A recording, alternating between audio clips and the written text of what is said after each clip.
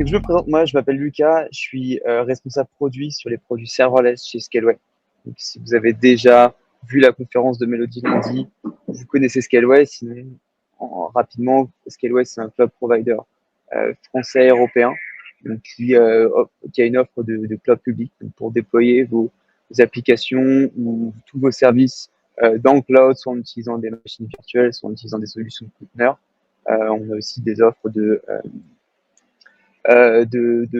bases de données managées et de stockage, notamment des stockages orientés objets compatibles Amazon S3. Donc, je vous partage aujourd'hui un produit qu'on a lancé, qui est disponible chez Scaleway en bêta depuis 1 an, donc avec une communauté de 400 membres, de nombreuses fonctions qui ont été créées, plus de 2000 bêta-testeurs et qui a été lancé publiquement donc, hier. Euh, donc, un produit qui est assez intéressant. En fait, c'est deux produits, un produit fonction, un produit conteneur, j'ai un peu plus dans le détail après, qui permettent de déployer dans le cloud des applications de manière plus économique, on verra pourquoi, et plus rapidement et surtout avec beaucoup plus de résilience. En fait, pourquoi serverless? Alors serverless, c'est toute une gamme de produits qui a été initiée en 2014 notamment par AWS avec Lambda. Donc Lambda, c'est un service de function as a service comme celui que je vais vous présenter, donc qui permet de déployer du code pour réaliser des opérations petites ou vraiment surtout de plus en plus grandes opérations dans le cloud sans avoir à gérer une infrastructure derrière. Nous, notre ambition chez Scaleway, c'était de donner une alternative européenne pour permettre de créer des microservices simplement et surtout de renforcer notre écosystème avec deux produits qui sont assez appréciés des développeurs. Il faut savoir que chez les statistiques qu'on a actuellement sur AWS, il y a 3 milliards de fonctions qui sont lancées chaque semaine, donc 3 milliards d'exécutions. Et je me demande si c'est même pas 3 trilliards d'exécutions. Mais c'est vraiment une très grande tendance. Et donc, c'est quelque chose qui doit être adressé. Donc, à qui ça va s'adresser? En fait, ça va s'adresser à des entreprises et aussi surtout à des développeurs qui n'ont pas envie de s'embêter avec toute la gestion des infrastructures. Vous êtes développeur, vous voulez vous concentrer sur créer les meilleures applications, créer les meilleurs programmes et utiliser le cloud pour pas avoir à gérer la sécurité, vos OS et la mise à jour de serveurs.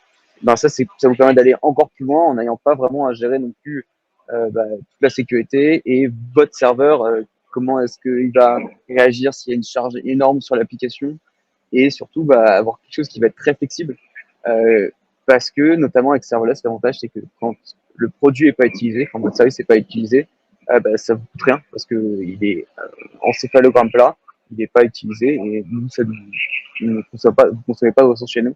Donc c'est une solution qui est assez économique. Il faut savoir qu'au début, c'est beaucoup de startups qui ont utilisé des solutions de serverless justement pour pouvoir développer des POC, pouvoir développer des premières versions de programmes et être accompagné par le cloud provider dans la croissance du programme.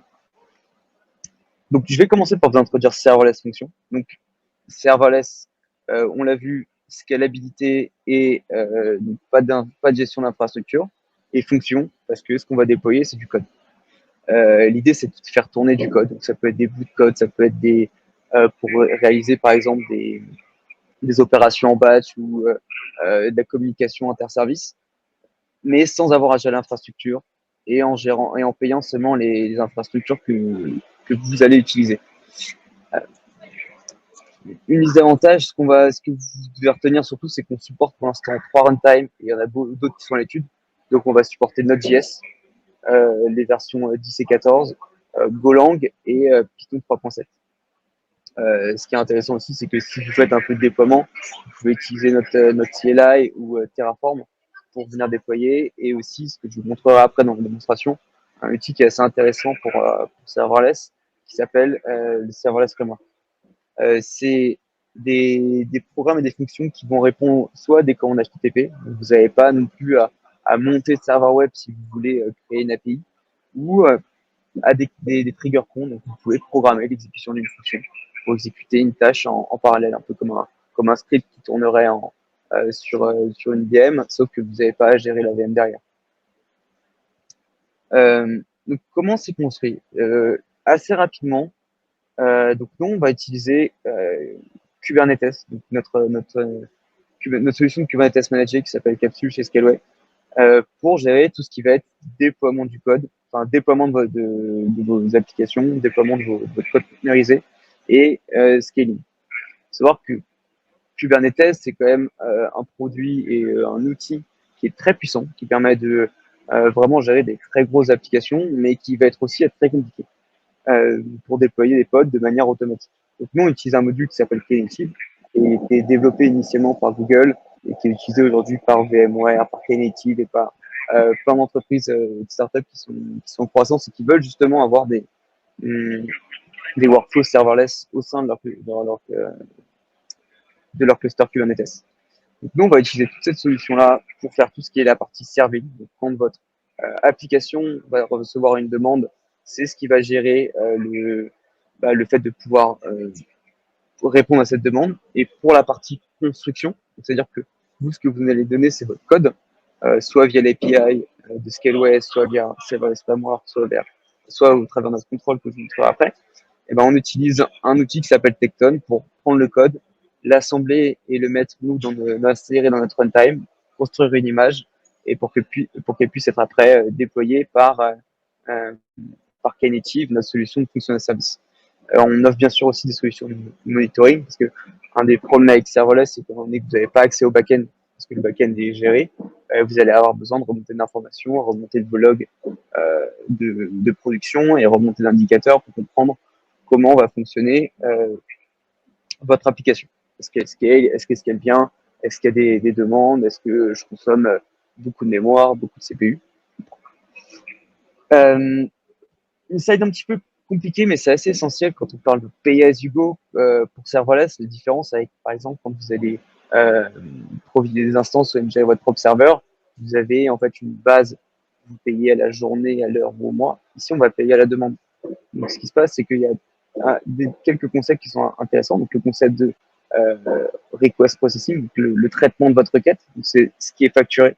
Donc, on facture seulement le temps où votre code s'exécute. Il n'y a pas de raison que vous soyez facturé pour autre chose. Et surtout, il y a une partie qui est assez intéressante. C'est en fait un des problèmes de serverless, c'est un problème qui est générique à toutes les solutions. C'est ce qu'on appelle le cost start, donc c'est de la latence au démarrage, et c'est le temps qu'il faut pour votre fonction pour démarrer. Quand on voit sur la slide précédente, c'est la partie ici, full and deploy. C'est le temps qu'on va mettre pour bah, prendre votre fonction, la monter sur un pod et faire en sorte que tout soit accessible. Donc ce temps-là, il n'est pas facturé. C'est la latence, c'est ce sur quoi travaillent tous les grands cloud providers parce que c'est la partie qui est un peu critique. Et donc nous, chez Scala, votre fonction, tant qu'elle reçoit des demandes, elle est up, donc elle est fonctionnelle et elle répond quasiment automatiquement. Et si elle ne reçoit pas de demande pendant un intervalle de temps qui va de 30 secondes à 15 minutes, on la shut down et la facturation sera de toute façon une fois que vous avez fini d'obtenir des requêtes.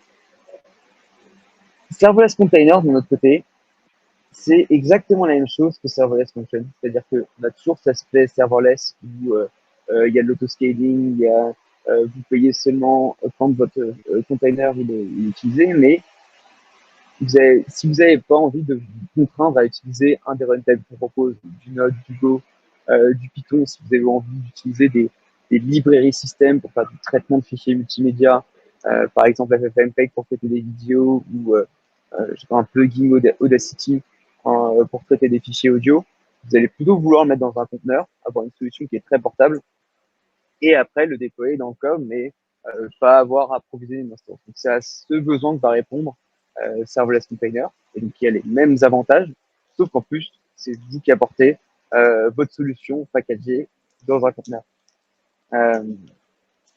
Les features vont être exactement les mêmes. On est toujours dans cet esprit serverless, donc ça scale à zéro, comme j'ai déjà dit, il y a une mise à l'échelle qui est automatique en fonction du trafic. Et en plus, on va gérer, ce qui est assez intéressant pour déployer des applications web, on va gérer tout ce qui va être certificat HTTPS et le support des connexions TLS. La technical overview, c'est exactement la même chose. Le système de base, il est très flexible, il est très scalable. Donc, on utilise toujours Kubernetes, une solution de Knative, sauf que à la place de fournir votre code, vous nous fournissez votre container. Juste une question. On peut avoir une démo rapide. Oui, bien sûr, vous aurez une démonstration rapide à la fin de la conférence. Il n'y a pas de. C'est le but. Euh, donc, pareil ici, en fait, l'avantage d'avoir un conteneur, et ce qui est intéressant pour vous, c'est que pour fonction, c'est nous qui sommes responsables du runtime. Et l'idée d'une fonction, c'est qu'elle va exécuter une seule tâche à la fois. Le conteneur, vous avez beaucoup plus de liberté dans ce que vous faites. Donc, la partie ici entre T1 et T2 prime, quand votre conteneur il est chaud, quand il est up, on supporte jusqu'à 80 requêtes simultanées. Donc, vous pouvez avoir une plus grande flexibilité dans les tâches que vous allez pouvoir réaliser. Si vous êtes une web application, la latence sera meilleure parce que on pourra traiter plus de demandes en simultané.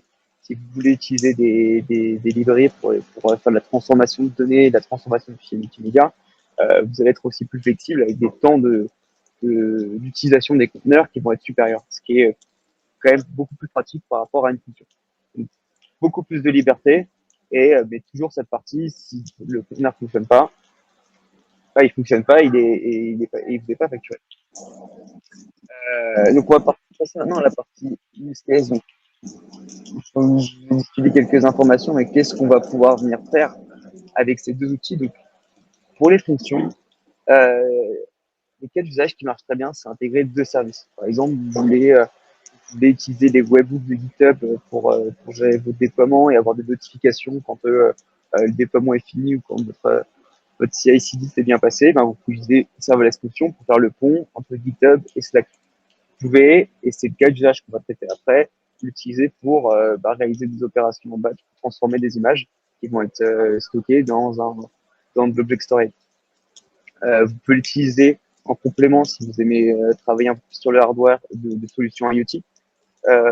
Par exemple, si vous recevez un événement MQTT et que vous voulez vous en servir pour stocker l'information que votre capteur ou que votre actionnaire envoie à votre système et le mettre dans une base de données, vous pouvez utiliser des fonctions serverless parce que la charge elle est sporadique. Vous savez pas quand ni comment vos objets vont réagir, et donc ça permet de bien traiter toute la charge.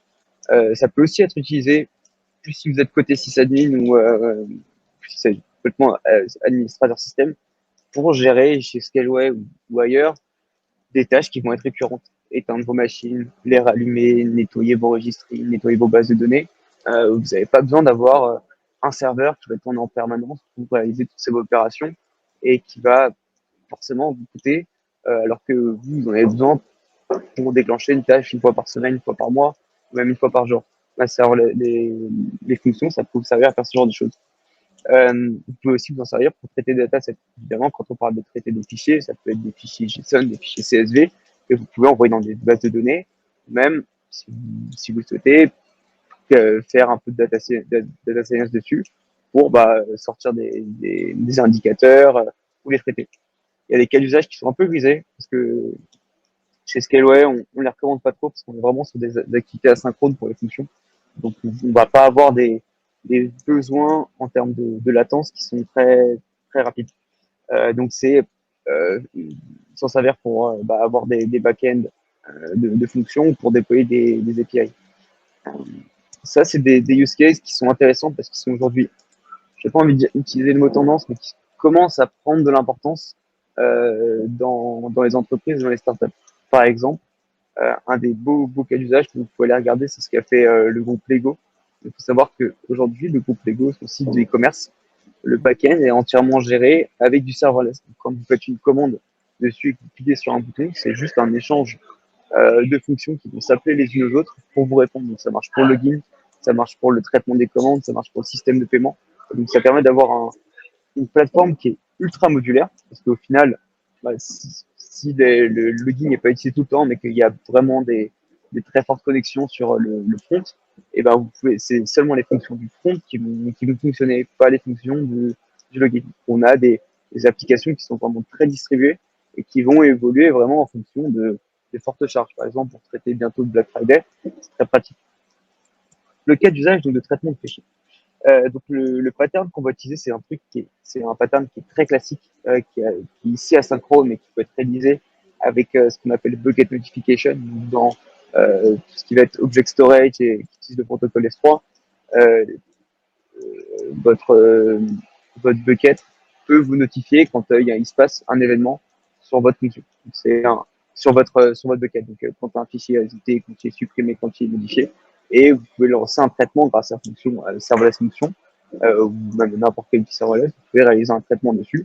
Par exemple, ici, on va avoir un cas de transformation. Donc, le cas qui est utilisé, c'est vous avez une web app, les utilisateurs upload leur photo de profil, et vous voulez générer des miniatures de plusieurs tailles pour être stockées, par exemple, sur leur photo de profil quand ils sont dans le chat, ou en plus grand quand ils vont être dans d'autres pages. Donc ici, on va le faire par batch. Donc, on a un bucket source avec plein d'images stockées, même plein de fichiers différents. On a une première fonction qui va aller chercher toutes les images, et seulement les images, et qui va appeler après de manière systématique toutes les fonctions image transform pour pouvoir les toucher. Donc, je vais commencer par une rapide présentation de la console. Donc, la console Scaleway avec ma facture. Donc, ici, je suis dans mon projet de test de fonction. J'ai plusieurs donc namespace, donc des groupes de fonctions qui sont ensemble. Donc, ici, je vais aller dans File Upload. J'ai quelques fonctions. J'ai ma fonction Bucket Scan et ma fonction Image Transform. La fonction Bucket Scan, j'ai ici une URL que je vais appeler juste après, et l'appel de cette URL va la déclencher et elle va gérer toute la transformation derrière. J'ai ma partie login pour avoir pour avoir mes logs. Là, on sait qu'elle est toute. Et la partie métrique pour avoir comment elle fonctionne. On verra une fois que je l'aurai appelé comment ça se comporte. J'ai aussi donc un bucket source. Donc ici, je suis dans Object Storage. Le bucket s'appelle Python Buckets parce qu'il y a plein d'objets que j'utilise par ailleurs. J'ai des images, j'ai des fonds d'écran, des fichiers PDF, du notebook Python, un peu de tout. Et j'ai un autre bucket, un bucket de destination qui est pour l'instant vide. Donc ce qui se passe, c'est que si j'appelle ici ma fonction hop, de traitement d'image, j'ai un peu de temps de chargement, elle a répondu, je vois ici qu'elle a été, j'ai une petite latence, je vois qu'elle a traité, elle a lancé les autres fonctions. Ce qu'on peut venir voir si on va sur image transform, donc elle appelle image transform.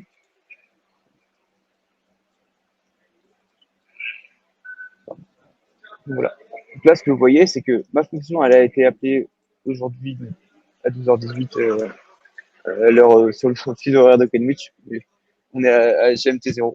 Et donc, on voit que j'ai traité plein d'images, je les ai envoyées sur mon bucket de transformation, mais il y en a certains où il y a eu des erreurs, où on n'a pas pu les traiter parce que c'était pas forcément les bonnes images.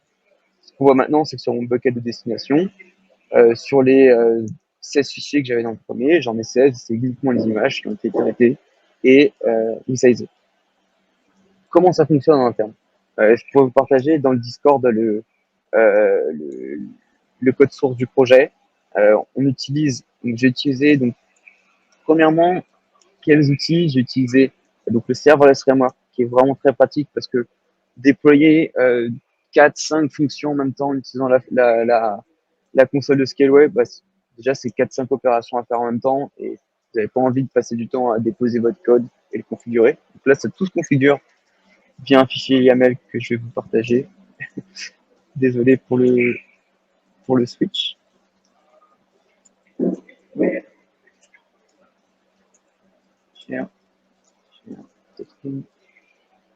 Euh, donc, ouais. Tu peux me Donc là, l'envoyer ici, dans je suis dans. privé de chat si tu veux. Comment? Si c'est un lien, tu peux me l'envoyer dans privé de chat, comme ça je Ah, je l'envoie à vous tout le enverrai monde. le lien après. Je vous partage juste le projet pour l'instant sur le projet VS Code. Ça marche dans n'importe quel ID. Ici, j'ai mon fichier de configuration où je définis le nom de mon namespace, le provider, le runtime que je vais utiliser, donc Node 14, des variables d'environnement qu'on utilisera dans le code après. Ça va être, en gros, comment je fais pour me connecter à mon bucket, où est-ce que je l'envoie, quelle fonction je vais utiliser pour transformer et en gros les configurations de mes fonctions, ce qu'on pourrait avoir autrement dans la, dans la console. Donc le premier fichier bucket scan, c'est des grosses lignes de code, on va pas les détailler, c'est assez lisible. En gros, on utilise JavaScript donc, pour se connecter à Object Storage en utilisant standard S3. Donc S3, c'est un des premiers produits qu'a lancé Amazon en 2006, il me semble. Donc, c'est vraiment un très ancien protocole qui est utilisé maintenant chez tous les cloud providers parce que c'est vraiment devenu un standard. Donc, on utilise le SDK Amazon. On va utiliser HTTPS après pour faire les appels de nos fonctions. On a une première partie où on va charger toutes nos variables d'environnement. Parce qu'en fait, les variables d'environnement en serverless, c'est ce qui nous permet de passer des paramètres. Ça vous évite de les avoir à écrire en dur dans le code. Une meilleure pratique. Ensuite, on va créer un endpoint S3. Donc, on va se connecter, on va lancer le service et on va créer un objet de paramètres qui contient simplement le bucket qu'on va vouloir adresser pour pouvoir utiliser donc la méthode listObjectsV2 qui permet de venir lister tout le contenu d'un bucket. La fonction importante, c'est ici le handler. Donc c'est ce qu'on indique dans le fichier serverless.yml. C'est ce qui permet de dire c'est cette fonction dans mon code que je veux dont je veux que l'exécution soit réalisée par serverless. Tout ce qui est avant, ça compte pas. Donc l'idée c'est que vous puissiez charger vos variables d'environnement et que vous puissiez créer vos configurations. Mais la partie qui est vraiment importante et qui sera exécutée, c'est le cœur, c'est ici le handler. Donc ça prend en événement euh, deux, donc, non seulement le callback, mais aussi deux paramètres, donc l'event et le contexte. L'event, c'est ce que sera plus utilisé dans l'image transform, mais c'est le call HTTP. Donc ça va contenir les informations, les paramètres que vous allez vouloir passer. Si vous utilisez une requête de type post, c'est le corps de votre requête. Donc ici, ce qu'on va venir chercher, c'est qu'on va venir lister ici euh, les, toutes les source keys. Donc, pour tous les éléments qui sont dans mon bucket, que j'ai ici obtenu via listObject bucket, je vais venir déjà voir s'ils ont une extension. Sinon, je vais pas pouvoir savoir si c'est des images. Ensuite, je vais vérifier si les images elles sont de type JPEG, JPEG ou JPG ou PNG. Parce que dans l'autre fonction qui est image transform, on utilise une librairie qui s'appelle Sharp et qui peut traiter des PNG ou des JPG, des JPEG. On log à chaque fois le résultat pour pouvoir contrôler après dans le log. Et ensuite, eh ben, et ensuite via HTTP, eh ben, on va appeler mon autre fonction qui est image transform via le transform URL que j'ai passé en paramètre en variable d'environnement avec en paramètre d'URL source key. Donc la clé la clé qui a été validée et qui correspond bien à celle d'une image. Et ensuite on renvoie un message des réussites. On a bien réussi à traiter tant d'applications, tant d'images sur tout ce qu'il y avait dans le bucket. La deuxième partie, pareil, on a une configuration pour se connecter au protocole S3, donc à notre object storage. On a non seulement notre source bucket, mais on a aussi le destination bucket. Alors, il y a deux écoles. Vous pouvez utiliser ou bien le même bucket en entrée, donc le même, grosso modo, le même dossier et les placer dans les 12 sous-dossiers. Ou, si vous voulez pas vous embêter à avoir deux buckets, un source, un destination, ça permet en plus d'avoir des règles de gestion et des règles de sécurité qui sont différentes pour l'un ou pour l'autre. On peut avoir soit par exemple un source bucket qui est privé, où seul le backend peut accéder parce que vous n'avez pas envie que n'importe qui puisse pousser n'importe quoi dedans, et un destination bucket ouvert parce que vous voulez faire de l'exposition d'images et on verra après que ça peut être assez pratique pour poser des images par exemple sur un WordPress. On se connecte encore une fois au bucket en utilisant le protocole S3 le Amazon SDK. Et ensuite, maintenant, on va utiliser notre event parce que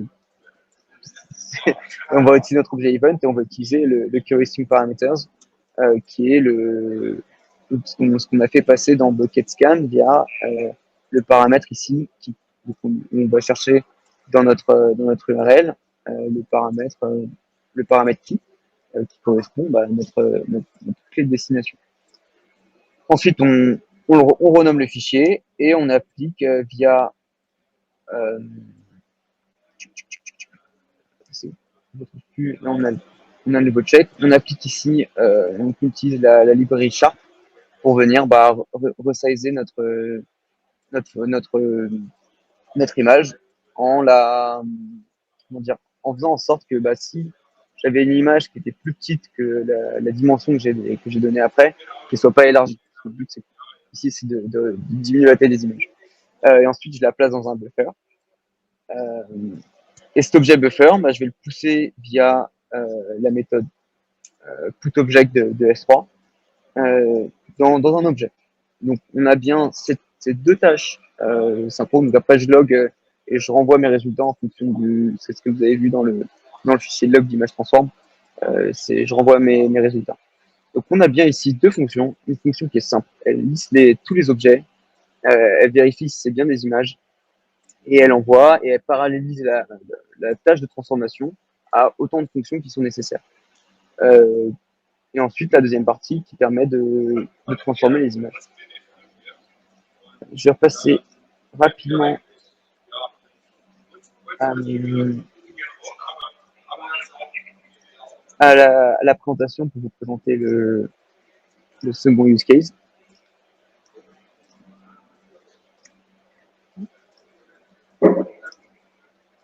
Voilà. Là, revoilà.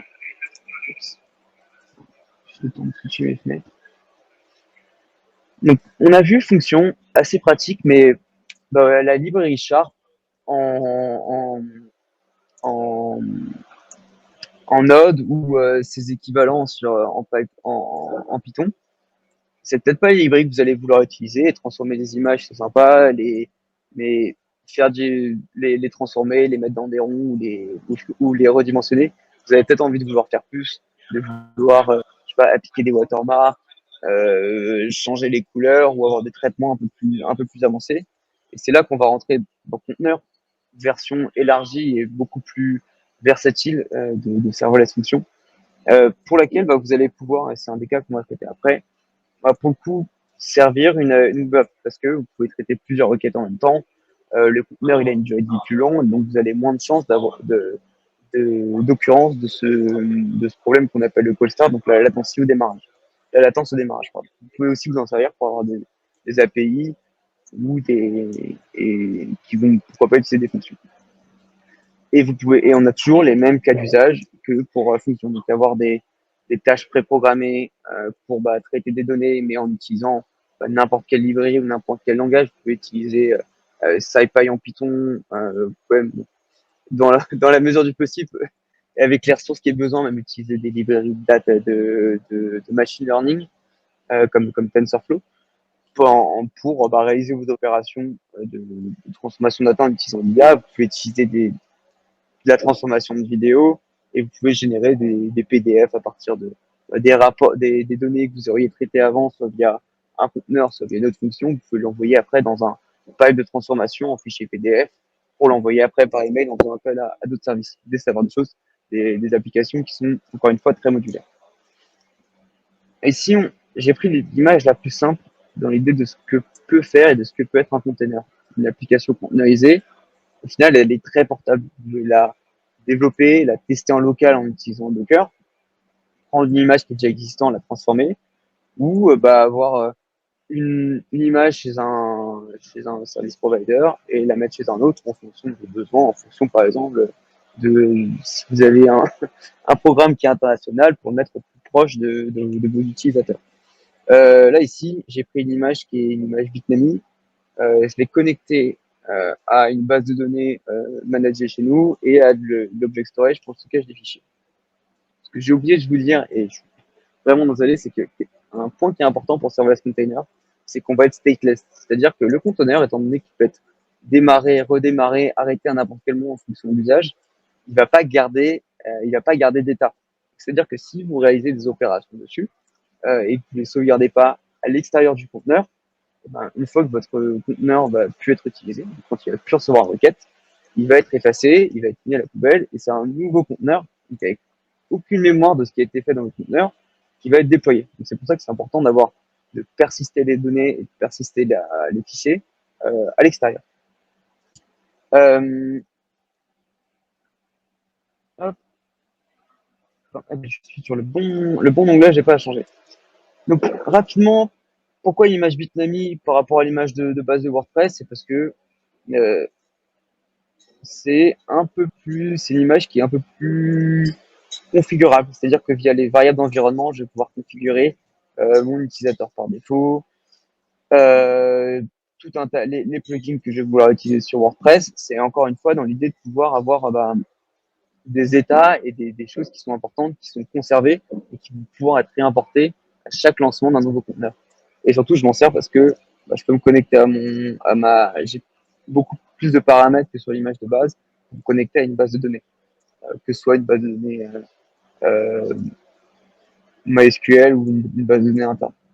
Je vais pas vous montrer ma config parce qu'elle contient plein de, plein de paramètres de ma base de données, mais je peux vous montrer rapidement mon conteneur. Donc, le déploiement du conteneur, la seule étape qui requiert une action de votre part, c'est de venir la pousser donc, dans le registre Scaleway. Vous pouvez pas la prendre directement depuis Bitnami ou depuis Docker Hub.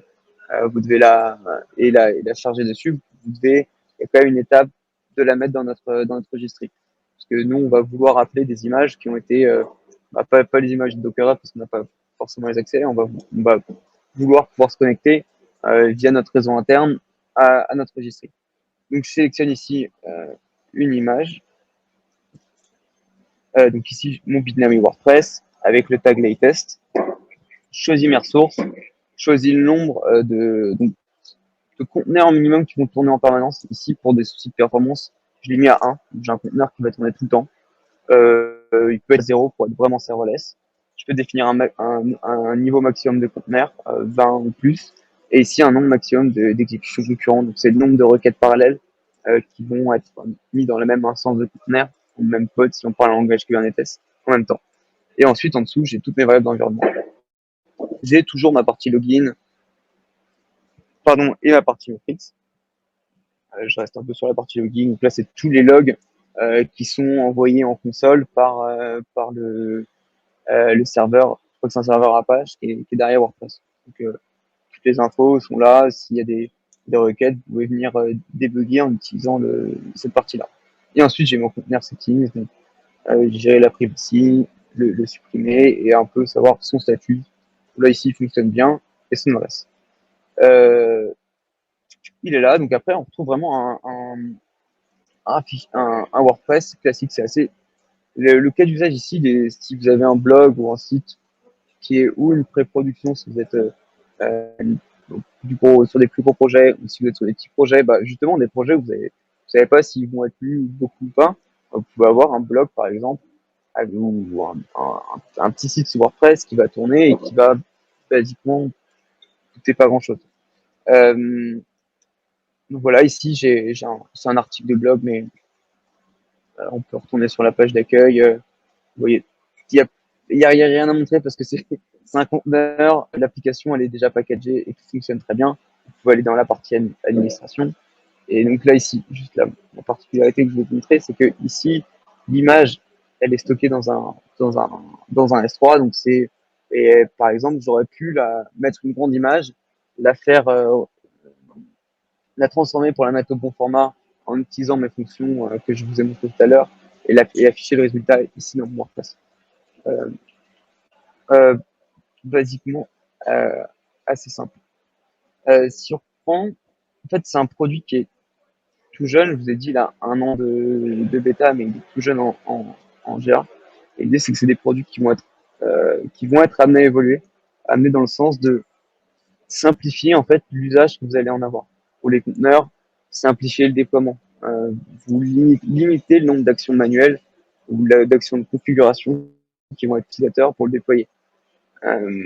Pour la partie fonction, c'est mieux s'intégrer dans la manière dont vous allez développer vos applications, s'intégrer avec GitLab pour que vous n'ayez pas à utiliser serverless la console, mais vous pouvez directement déployer depuis GitHub, depuis GitLab vos fonctions. C'est mieux s'intégrer, avoir plus de runtime.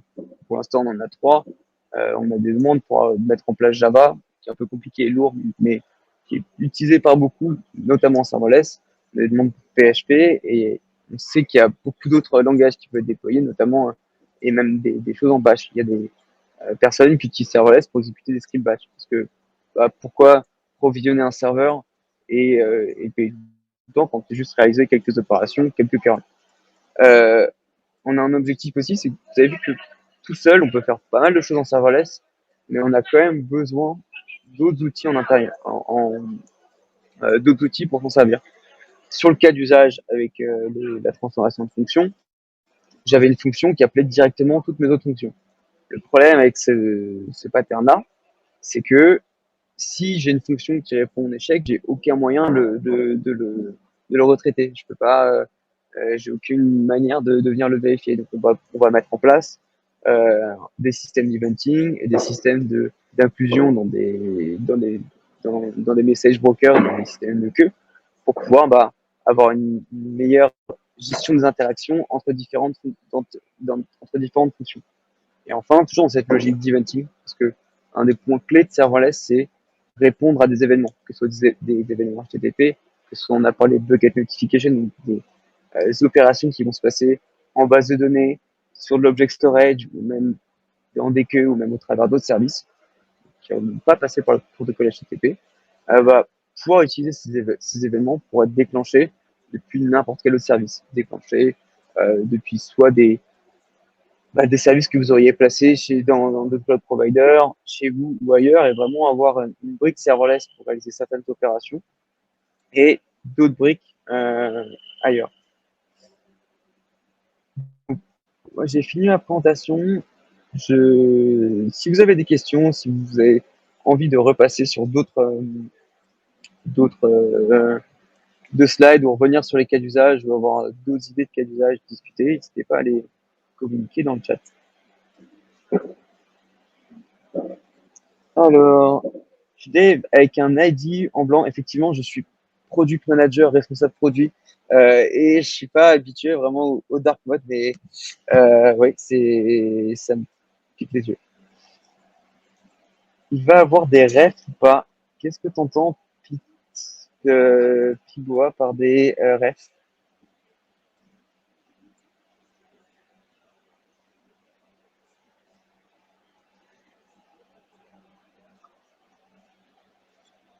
Ça parle d'un ligne USB. euh,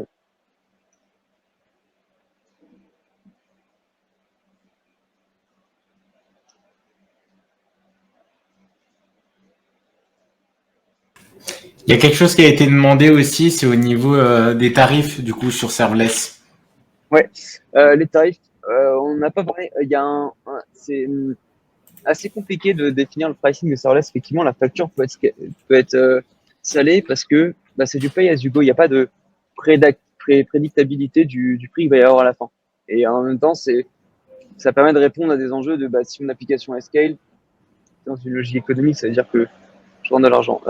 Chez Scaleway, donc ce qui est assez important, c'est que vous avez un filtre, comme chez tout le monde. Ça va pas forcément vous parler, mais pour fonction, on a 1 million de requêtes qui sont gratuites par mois. Donc votre application vos fonctions sur votre compte pendant un mois, si vous l'utilisez moins d'1 million de fois, c'est pratique si vous avez par exemple des tâches asynchrones, 1 million de requêtes, ça coûte rien, et on facture donc le nombre de requêtes et l'utilisation de mémoire.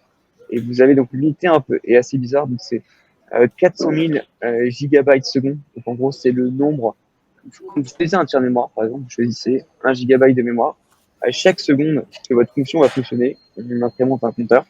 À la fin du mois, si vous avez dépensé, si vous avez utilisé moins de 400 000 gigabytes seconde, ça fait 400 000 secondes d'exécution en continu de la fonction, si vous avez choisi le plus grand tiers, c'est gratuit. Et ensuite, la facturation, c'est 15 centimes par million de requêtes. Il faut vraiment l'utiliser pour que la facture s'envole.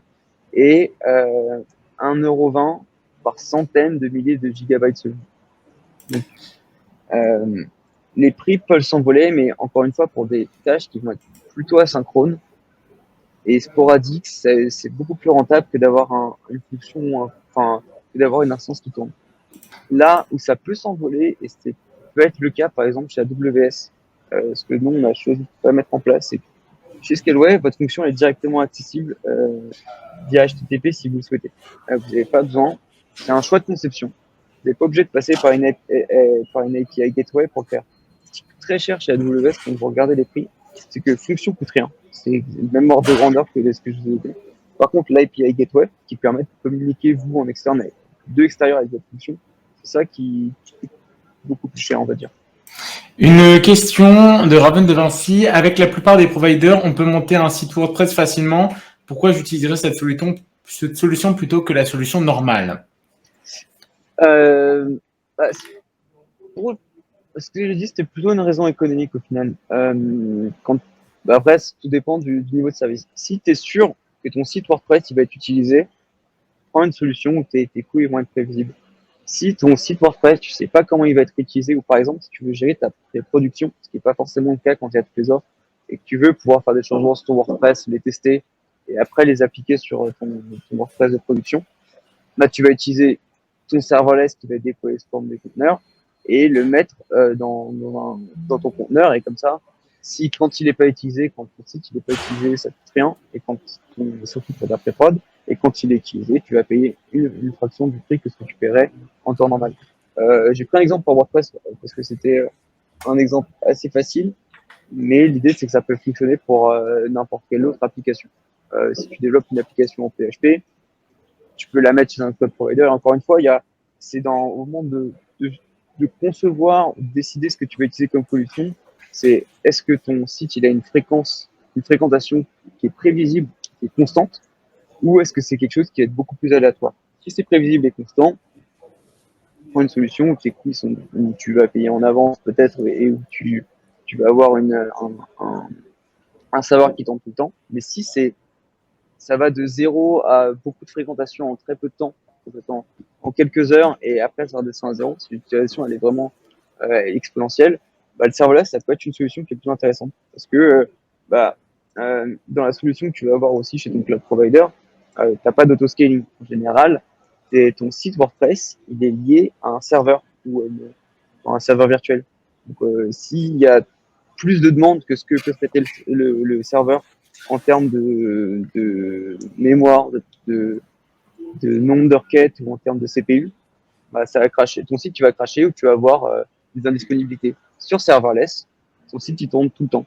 Si tu as beaucoup de demandes, ça scale tout seul. T'as juste plus de sites WordPress qui vont être mis en place. Et si tu as moins de demandes, bah, tu as moins de sites qui vont être déployés. Ouais, c'est cette idée un petit peu comme quoi il y a quelque chose d'incertain dans ce qu'on est en train de livrer. Ouais. Du coup, si tu as un petit bot Discord à faire, tu vas plutôt utiliser un petit VPS avec un tarif et une performance fixe. Mais si demain tu veux développer le prochain Facebook, tu sais pas si tu vas avoir 10, 100, 1000 ou 1 million d'utilisateurs. Et donc, c'est là où du coup tu peux faire évoluer les performances. Aussi peut-être sur la partie travail, je sais qu'il y a beaucoup de développeurs dans ma communauté qui veulent commencer directement à mettre en prod une première version utilisable.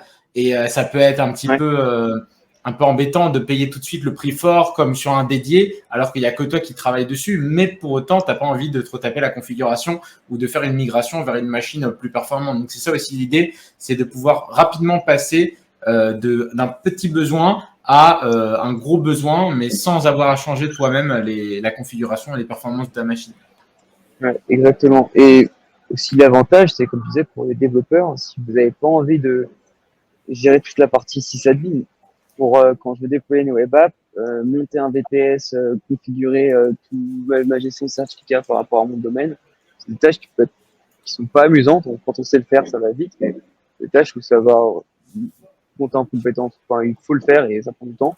Si c'est pour monter un premier POC ou juste voir si tout fonctionne, et si quand le service en ligne ça fonctionne, bah, utiliser une solution serverless, ça peut être une première étape.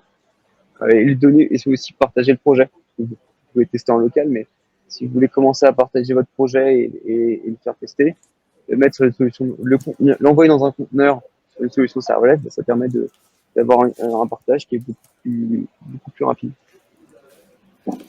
Une autre question. Est-ce que ce sera disponible plus tard pour C#, .NET, Python et pourquoi pas Node? Python Go Note, c'est disponible, c'est ce que j'ai dit au début. C C'est quelqu'un Sharp.net. qui arrive en cours de route. C Sharp.net, on va y réfléchir. C'est vrai que j'ai mentionné Java et PHP parce que c'est le monde que j'ai vu passer aujourd'hui. Et c'est une étude qu'on va commencer à mener à partir de probablement du premier semestre de l'année prochaine, de dire quel runtime on peut mettre en place, qui est-ce qui a besoin de ce runtime et pourquoi aussi. Parce qu'il faut voir qu'il y a certains langages, et je parlais de Java, qui vont avoir des moins bonnes performances en serverless que par exemple on va dire un Go. Go ou même C Sharp, c'est bien. C'est des langages qui sont compilés. Donc une fois que le produit euh, qu'il a été compilé, il va démarrer très rapidement. Java, il faut démarrer la machine virtuelle, il faut que le code soit interprété, donc c'est un peu plus long. Et donc il y a des personnes qui vont utiliser Java sur du serverless, parce que ça reste quand même très pratique. Mais il va falloir que nous, on arrive à comprendre qu'est-ce qu'il faut qu'on améliore et qu'est-ce qu'il faut qu'on mette en place pour que l'expérience d'avoir ces langages-là disponibles sur le serverless elle soit intéressante parce que si vous voulez mettre en place du C Sharp et qu'au final l'application elle a des temps de réponse qui sont mauvais, vous avez une consomme de mémoire qui est excessive, donc on est en train de commencer à mener ces réflexions. Mais ouais, le but c'est vraiment de pouvoir étendre ça. Si vous voulez. C'est moi qui a mal lu la question. La question, c'était pourquoi Ah, pourquoi du coup? pourquoi Python Gonode simplement parce que par rapport à ce qui est fait ailleurs, Python Gonode, c'est ce qu'on retrouve à chaque fois. Et c'est des langages qui sont les plus utilisés. Si on regarde les statistiques de ce qui est sur AWS, vous avez Python Gonode, .NET, Java et PHP, mais il y a d'autres manières. Si on regarde les langages qui sont les plus utilisés, Python Node.js. En fonction des entreprises, si c'est des petites entreprises ou des développeurs indépendants, ça va être du Node.js pour faire des backends de sites applicatifs. Et si c'est des plus grosses entreprises, ça va être du Python. Donc nous, par rapport à nos utilisateurs et nos clients et par rapport à ce qui est proposé, on est resté sur des runtimes qui sont utilisés par beaucoup. Et n'hésitez pas pourquoi pas Python. Ok. J'ai la question en dessous. Ouais. Si c'est fait avec bot, oui, d'avoir des factures malades. Il y a des possibilités. Donc, il y a des possibilités que je ne vais pas montrer pour restreindre l'accès à vos fonctions. Il y a la sécurité qui est gérée dessus. Et vous pouvez aussi très bien, je vous ai montré la fonction min-scale qui vous permet d'avoir des nœuds qui sont toujours disponibles. Vous pouvez avoir des fonctions max-scale pour éviter que votre fonction elle se fasse ad bot. Et ça me fait penser que j'ai aussi, mais une feature que je pressens là, un besoin, c'est d'avoir un système d'alerting si j'ai une de requêtes qui sont pas. Mais dans tous les cas, ça marche aussi si vous avez votre VPS. Là, le seul problème, c'est que la facture s'envole et ça scale à une certaine limite, mais votre service ne crachera pas. Mais oui, il y a des manières d'isoler un peu votre fonction, ou en tout cas de restreindre l'accès pour éviter que des utilisateurs, pas des personnes mal intentionnées puissent aller attaquer votre fonction ou votre.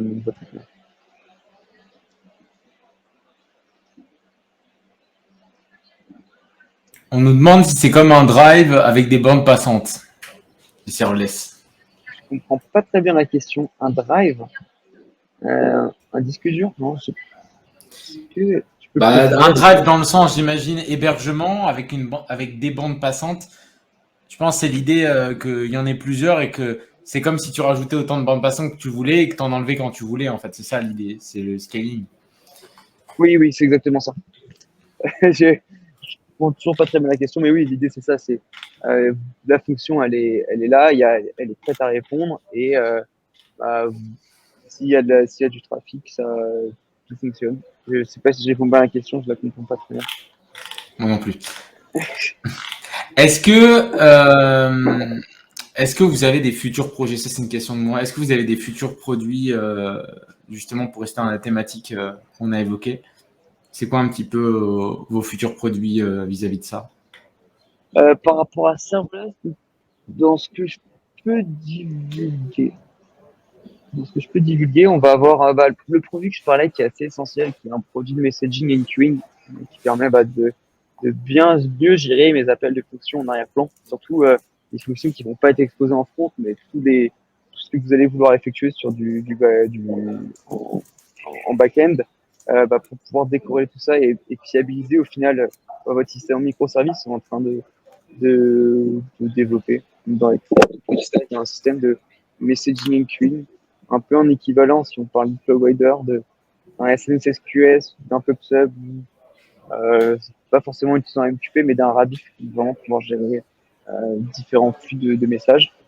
Sur Serverless, on va travailler sur la partie de eventing, comment je peux me connecter à différentes sources d'événements pour déclencher des serverless. Et il y a des choses qui sont à l'étude dedans. On va à des échelles de temps qui sont un peu plus loin, mais pour avoir, par exemple, de la base de données en serverless. Parce que un des problèmes qu'on va avoir moyennant en charge, c'est que une base de données, la manière dont ça fait, c'est qu'elle gère des connexions. Vous avez une connexion qui est permanente dans votre base de données qui est hébergée sur un serveur. Et si vous avez des fonctions qui tournent de manière pas un peu aléatoire, mais qui vont pouvoir se connecter à la base de données, au bout d'un moment, le nombre de connexions à la base de données va être limité. Et donc, pour ça, il y a des solutions qui existent. Donc, c'est des bases de données qui sont serverless et donc qui sont sous un mode API de écriture-lecture. Donc, ils vont pouvoir, elles aussi, bah, être mis à l'échelle automatiquement en fonction des besoins d'utilisation. Encore une fois, c'est abstraire toute la partie gestion d'infrastructure et de gestion de la base de données pour avoir simplement un service de stockage de données. Si on parle de systèmes équivalents, ça pourrait être chez Google, il y a Firestore qui est utilisé par Firebase pour la solution de backend de service. C'est AWS DynamoDB qui est quand même assez compliqué mais qui est pratique pour exécuter un tas d'opérations. Et j'ai pas trop d'autres exemples, mais je crois que chez Microsoft, il y a Cosmos DB et Azure MySQL Serverless. Donc on n'est plus dans une connexion qui est fixe où j'ai des appels qui passent, mais dans plus d'échanges entre la fonction et la base de données. On nous pose une question. Est-ce qu'on peut mettre une. Alors, ça, on a déjà répondu, du coup, la limite pour revenir à la sélection solée. Ouais. On me dit j'ai toujours été intéressé par ce système, mais j'ai peur qu'un petit malin me fasse une facture de 2000 €, comme il y a déjà eu avec Amazon. Donc, c'est ce qu'on a dit, hein, c'est la limitation qui est possible. Ouais, il y a des limitations qui sont possibles. Il y a des systèmes sur lesquels on est en train de penser aussi pour avoir des bloqueurs de trafic ou des bloqueurs de factures. Si votre fonction est trop utilisée, vous pouvez dire non, moi, cette fonction-là, elle va pas être utilisée, je peux prendre 1 million de requêtes par seconde, ce serait bizarre, ou 1 million de requêtes en 1 heure. C'est une fonction qui est censée être très peu utilisée par un backend. Donc, soit vous la cachez une fois qu'elle puisse être utilisée, soit on va réfléchir à comment on va mettre une limitation pour que ça puisse être un peu plus encadrable. Mais oui, l'idée, c'est déjà sécurité en premier. Mettez vos fonctions en privé, comme ça évite que tout le monde puisse y accéder. En fait, ce qui est assez intéressant avec Serverless, c'est que c'est une autre manière de venir concevoir l'application. On est vraiment sur l'idée d'avoir non seulement des microservices, mais chaque fonction doit répondre à un besoin élémentaire. Donc, vous allez avoir une première fonction qui va recevoir les demandes et qui va être dispatchée dans les autres.